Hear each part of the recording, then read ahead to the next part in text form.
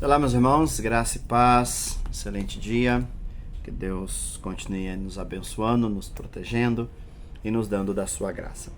Hoje o nosso texto é o Salmo 132. O Salmo 132 vai falar sobre o desejo de Davi em construir um templo para o Senhor. Ele via que ele tinha um palácio, ele tinha uma boa casa, ele tinha ali todo o conforto necessário. E o incomodava ver a arca numa tenda, ver a arca em algum lugar que não fosse algo preparado. Porque não está na ideia de simplesmente estar num bom lugar. Eu penso no que Davi tá colocando, não é, não, vamos pegar o melhor local para colocar a arca. Não. Eu vejo Davi da ideia de preparar um local para o Senhor. Não é, não, aqui tem um local bom que dá para a gente ajustar e colocar a arca. Não, o sonho de Davi sempre foi ter um local que fosse preparado, dedicado, desde o projeto, desde o local onde seria feito, até todo o processo, mas um local que fosse dedicado do início ao fim ao Senhor. Deus não permite fazer isso, mas Deus permite que ele saiba onde vai ser.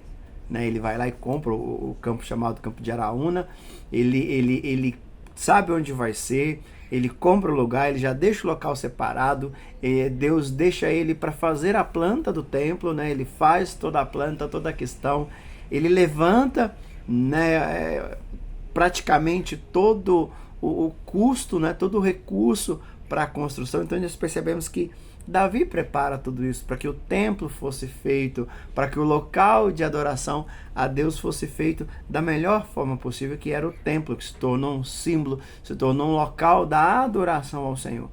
Hoje, nos nossos dias, não tem mais a visão do templo como uma estrutura física, como uma estrutura ali, como sendo a igreja, como sendo uma casa, um monte, um vale.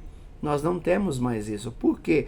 Porque a Bíblia vai dizer que hoje o nosso corpo é o templo do Espírito. E aí nós podemos pensar ou pegar o mesmo princípio de Davi. Será que hoje, diariamente, nós preparamos o templo para que o Senhor seja adorado? Nós preparamos o ambiente a qual nós dedicamos ao Senhor?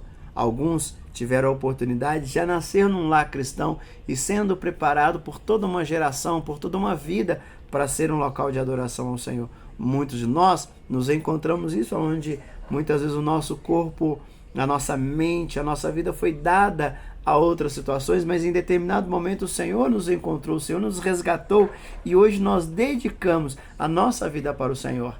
E a pergunta é, será que nós nos preparamos todos os dias para entregar o melhor para o Senhor? Porque não é simplesmente sermos de Deus, não é simplesmente nos entregarmos ao Senhor, não é simplesmente servir ao Senhor, mas nos preparar para dedicar a Ele todos os dias, nos preparar para servir Ele da melhor forma, preparar a nossa vida para ser entregue. Não é só, toma aqui minha vida, não. Nos preparar, buscar conhecimento, buscar crescimento, buscar aquilo que nós temos como experiência. Muitos nossos irmãos e irmãs aqui têm uma experiência longa de vida, e pegar tudo isso hoje, não simplesmente deixar no cantinho, mas pegar tudo isso para declarar, para dedicar ao Senhor.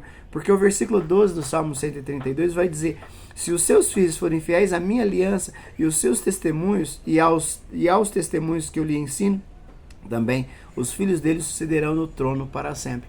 Então Deus está prometendo a Davi na questão da continuação. Percebe que Deus não faz a promessa simplesmente do templo, mas faz uma promessa muito além, de que a sua descendência permaneceria no trono. E o que é permanecer no trono? Qual a condição para permanecer no trono? Era a condição de permanecer na presença do Senhor.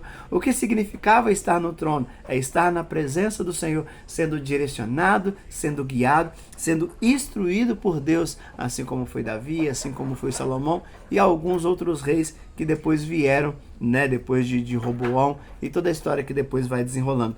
Mas hoje, para nós, o que nós precisamos pensar é isso.